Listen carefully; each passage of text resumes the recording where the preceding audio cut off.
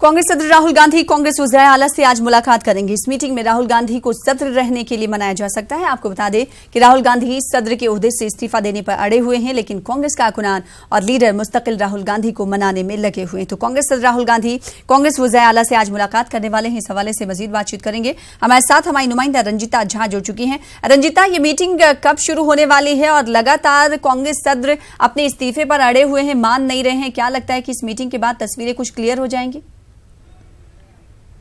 जी बिल्कुल सना, देखिए जो सूत्रों के हवाले से खबर निकल कर आ रही है कि राहुल गांधी के आवास पर आज 3:30 बजे जो कांग्रेस शासित राज्यों के मुख्यमंत्री हैं और उनके अलावा जो कांग्रेस के वरिष्ठ नेता हैं उनकी बैठक होनी है। अहम ये बैठक इसलिए भी हो जाती है कि हार के 1 महीने बाद वर्किंग कमेटी में भी राहुल गांधी ने इस्तीफा दे दिया। हालांकि इस्तीफे को स्वीकार नहीं किया गया वर्किंग कमेटी की तरफ से और लगातार उस दिन से लेकर आज तक 1 महीने तक कांग्रेस के अलग अलग विभाग द्वारा, अलग अलग नेताओं द्वारा कुछ नेता अपना इस्तीफा देकर और तो कुछ अपनी जो भावनाएं हैं वो प्रदर्शन के जरिए लाकर राहुल गांधी से इस्तीफा वापसी की बात कर रहे हैं। अभी जो ताजा अगर अपडेट की बात करूं तो ऐसे विभाग के प्रमुख नितिन राउत ने भी अपना इस्तीफा राहुल गांधी को सौंप दिया है और आज उनके विभाग के द्वारा भी कांग्रेस कार्यालय में प्रदर्शन किया गया।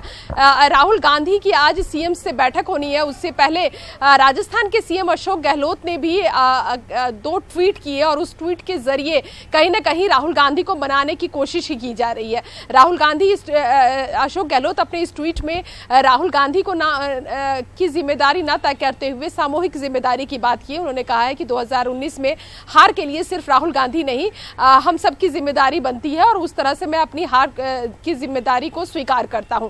आज बैठक में कमलनाथ सहित जो अलग अलग राज्यों में जो कांग्रेस के सीएम है वो सभी राहुल गांधी से मिलेंगे।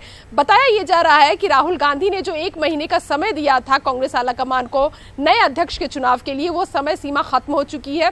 तो क्या अब इसके बाद क्या रणनीति रहेगी कांग्रेस पार्टी की? राहुल गांधी अपने स्टैंड पर अभी भी बरकरार है और कई दिन से लगातार मीडिया में दूसरे बड़े नेताओं का नाम चल रहा है जो हो सकता है आने वाले समय में कांग्रेस के अध्यक्ष होंगे।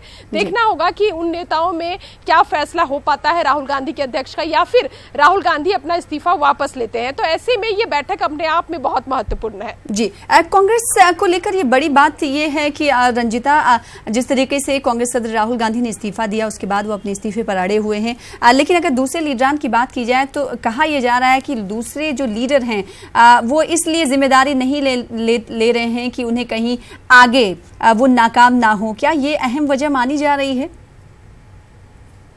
जी देखिए, कई तरह की खबर मीडिया में आती रही। इस 1 महीने में अगर हम पूरे घटनाक्रम पर ध्यान देने की कोशिश करें तो कई तरह की चीज़ें जो है वो मीडिया में चलती रही। एक तो ये कि राहुल गांधी का स्टैंड लगातार एक रहा, लेकिन नेता लगातार अलग अलग बयान देते नजर आए, कांग्रेस पार्टी के अंदर भी और कांग्रेस पार्टी के बाहर भी। यूपीए के भी कई बड़े नेता, जैसे शरद पवार का हम जिक्र करें, शरद पवार ने भी अभी कल के इंटरव्यू में उन्होंने साफ तौर पर यह कहा कि गांधी परिवार का टैग कांग्रेस पार्टी से नहीं हटाया जा सकता है। गांधी परिवार कांग्रेस पार्टी के लिए जरूरी है, उसका अस्तित्व है। ऐसे ही आरजेडी की तरफ से भी लगातार ये बयानबाजी आती रही।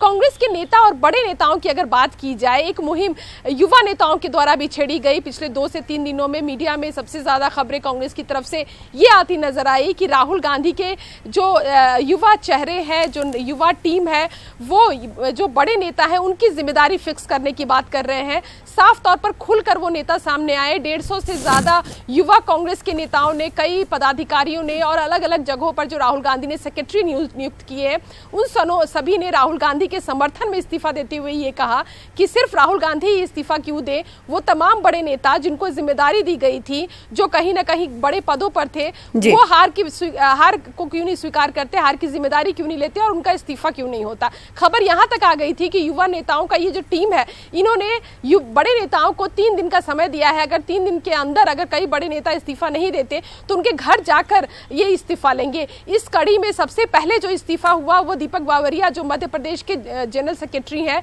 उन्होंने इस्तीफा दिया। छत्तीसगढ़ के प्रभारी पीएल पुनिया ने भी अपना इस्तीफा जो है वो सौंप दिया है और तमाम कई बड़े नेताओं ने भी इस्तीफा दिया। ये खबर भी आ रही थी कि कमलनाथ भी प्रदेश अध्यक्ष के पद से इस्तीफा दे सकते हैं। तो ये इस्तीफे का दौर कांग्रेस में चल रहा है राहुल गांधी के इस्तीफे के बाद। लेकिन सवाल ये कि क्या इस्तीफे के बाद इस्तीफा और इस्तीफे के बाद इस्तीफा क्या ये कांग्रेस की तस्वीर बदल पाएगी? 2019 में जो कांग्रेस की हार हुई है उसके लिए राहुल गांधी की जिम्मेदारी अगर तय होती है इस्तीफे के तौर पर, तो उन तमाम बड़े नेताओं का इस्तीफा क्यों ना हो, एक पूरा कांग्रेस रीशफल क्यों ना हो, जिन नेताओं की बड़ी जिम्मेदारी थी। 3 राज्य में जो जीत हुई कांग्रेस पार्टी की और जो 3 चेहरों को सीएम बनाया गया, और कहीं ना कहीं जो सूत्रों के हवाले से खबर आती है कि इन तीनों को फिक्स किया गया था, चाहे हम अशोक गहलोत की बात करें, हम भूपेश बघेल की बात करें छत्तीसगढ़ में, या फिर मध्य प्रदेश में कमलनाथ की बात करें, ये तीनों वो चेहरे थे जो जीत के बाद ये आश्वस्त करते नजर आए थे राहुल गांधी के सामने कि ज्यादा से ज्यादा सीटें लोकसभा चुनाव में लेकर आएंगे। तो जब सीटें नहीं बढ़ी, कई ऐसे राज्य जहां 0 रहा, खाता भी कांग्रेस नहीं खोल पाई, वहां जिम्मेदारी किसकी फिक्स होती है? क्या उन नेताओं का इस्तीफा राहुल गांधी लेंगे, या फिर वो नेता नैतिक रूप से अपना इस्तीफा सौंपते हैं राहुल गांधी के सामने? ये बड़ा सवाल है। जाहिर सी बात है, बड़े सवालात उठ रहे हैं कांग्रेस पर, और सदर को लेकर क्या कुछ तस्वीरें होती हैं। तकरीबन 3:30 बजे ये मीटिंग का इनेकाद होगा। इस मीटिंग पर आप नजर बनाए रखें, हम आपसे दोबारा भी राब्ता कायम करेंगे। फिलहाल बेहद शुक्रिया हमारे साथ जुड़ने के लिए रंजिता, और तफसीलात फराहम करने के लिए।